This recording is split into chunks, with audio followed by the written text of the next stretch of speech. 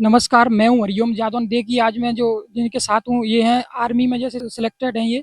और ये काफ़ी दिनों से काम कर रहे हैं और ये मतलब ऐसे कोई 3 साल हो गई होंगी। और कहने का मतलब ये है कि तुम्हें पता है कि जो आर्मी में लगा होता है, उसमें काफ़ी मेहनत भी करनी पड़ती है। तो इन्होंने बहुत अधिक मेहनत की होगी, तब जाकर कहीं ये आर्मी में लगे हुए हैं।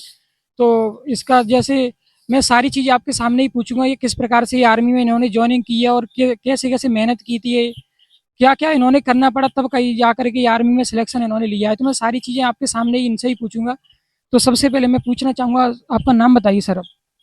जैन सर, मेरा नाम विक्रम सिंह है। मैं निवासी भोलपुरा का रहने वाला हूँ और फिलहाल मैं बस स्टैंड के पीछे शहीद नगर में मैं रहता हूँ।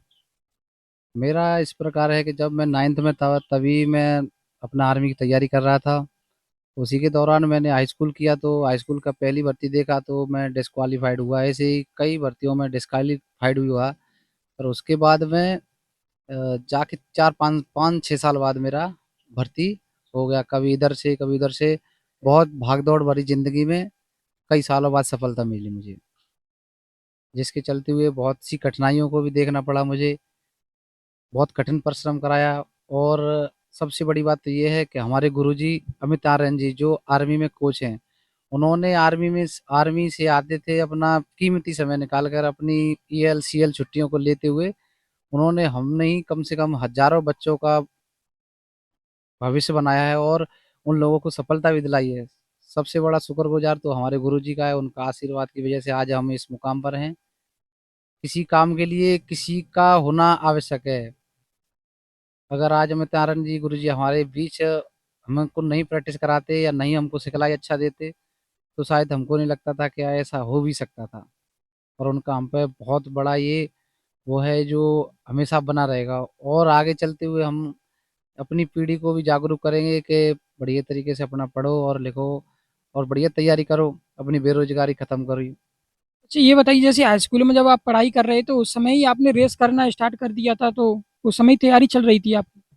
जब मैं हाई स्कूल में था तब उससे पहले मैं कक्षा 9 से ही अपना मेरे यहाँ पे एक मेरे मोहल्ले में एक फौजी था करण सिंह, तो उसको देखते देखते हम लोगों ने उसी की सिखलाई ली। और वो दौड़ करने जाता है जब मैं मुश्किल से 16 17 साल का होऊंगा। जब से 16 ही साल का था मैं, तब से मैंने उनके साथ प्रैक्टिस की, धीमे धीमे स्टार्ट की। और उनके साथ से ही जब हाई स्कूल कंप्लीट की, मैंने हाई स्कूल कंप्लीट करने के बाद 17.5 का हो गया। उसके बाद हाल पहली भर्ती मैंने अपने आगरा में देखी थी, तो उस भर्ती में मैं हाइट में निकाल दिया गया था। फिर मैंने कोशिश की, गुरुजी के बताया हाइट का ये है वो है, तो कुछ एक्सरसाइज ऐसी थी जिनकी वजह से हाइट मेरा ग्रोथ कर गया। और 170 लंबाई होने के बावजूद फिर मैं भर्ती हो गया कुछ सालों बाद, 6 साल बाद।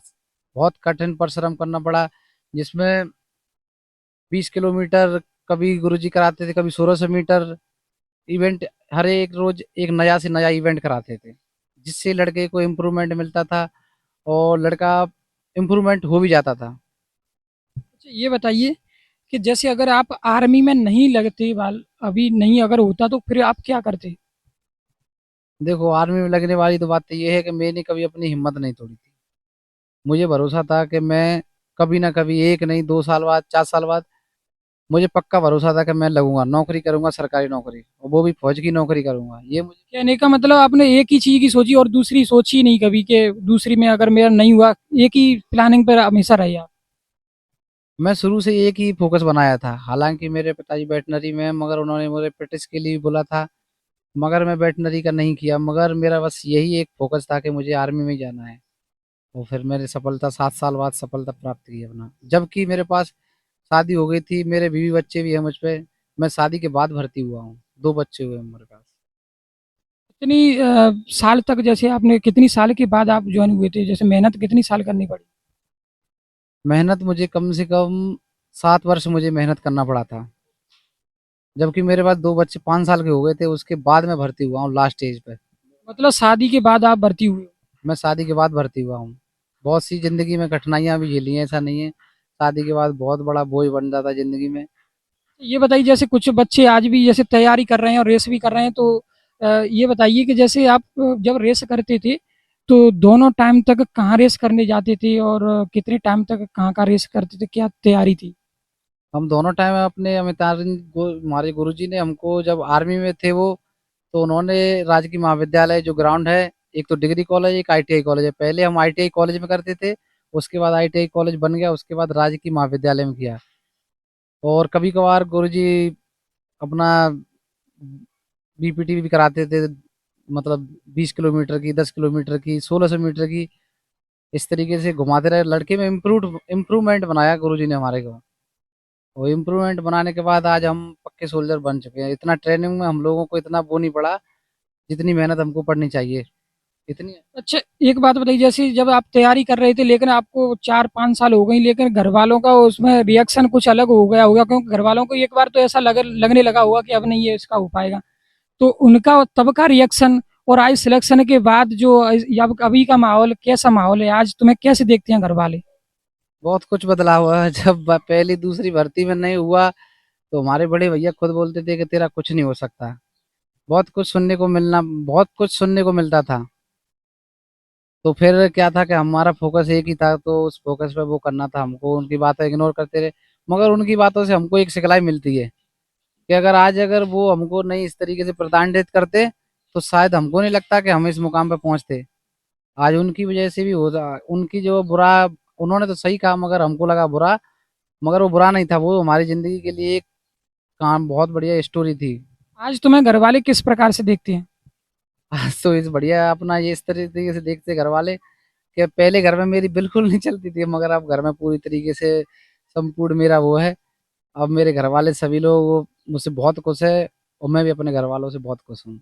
जो आज लड़के तैयारी कर रहे हैं उनके लिए आप क्या कहना चाहोगे, किस प्रकार से तैयारी करनी चाहिए, और जैसे उनको हार नहीं माननी चाहिए, उनके लिए क्या कहे, क्योंकि कहीं ना कहीं 3-4 साल बाद लड़का बंद भी हो जाता है रेस करने, तो क्या कहना चाहोगे उनके लिए आप?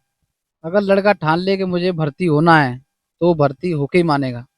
चाहे आर्मी में हो, चाहे बीएसएफ, पैरामिलिट्री, एयरफोर्स, किसी में हो, अगर लड़का ठान ले तो पॉसिबल है उसके लिए। अगर उसने उसके अंदर अगर नकारात्मक सोच बढ़ बैठ बैठ गई तो वो सक्सेस कभी नहीं हो सकता।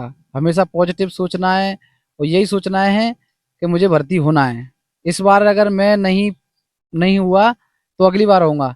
वही मोहम्मद गौरी वाला काम हो जाता है कि मोहम्मद वो गौरी ने कितनी बार प्रयास किया तो लास्ट में उसने फतेह हासिल ही कर ली। तो बहुत अच्छी इन्होंने बताई है। तो मैं देखो, ये जो बेटे हैं मेरे साथ और भी, तो ये इनके जो भाई हैं, तो इनसे भी मैं बात करूंगा थोड़ी बहुत कि किस प्रकार से मेहनत करती, आप अपने सबसे पहले नाम बताइए। मेरा नाम मुकेश चंद जी है।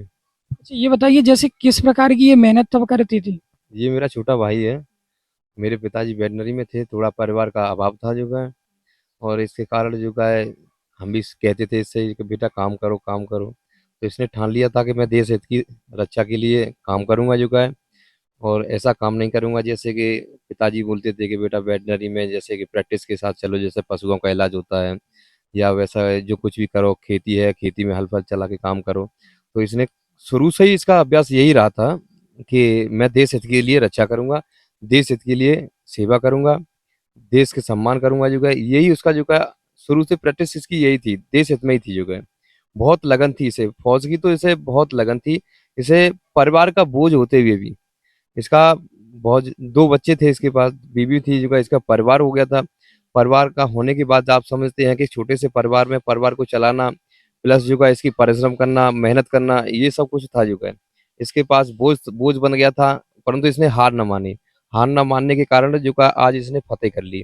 फतेह करने के कारण ये है कि आज उसने जो है अपने जीवन में कुछ ऐसी किरणें बनाई हैं कि जिसे हम आज सम्मानित करते हैं। मैं इसका बड़ा भाई हूँ, ये मेरा छोटा है, मैं इसके सम्मानजनक हूँ। चलो, चलो, काफ़ी मैंने इनसे बातें की है, आज के लिए इतना, आगे फिर मिलेंगे, बहुत बहुत धन्यवाद।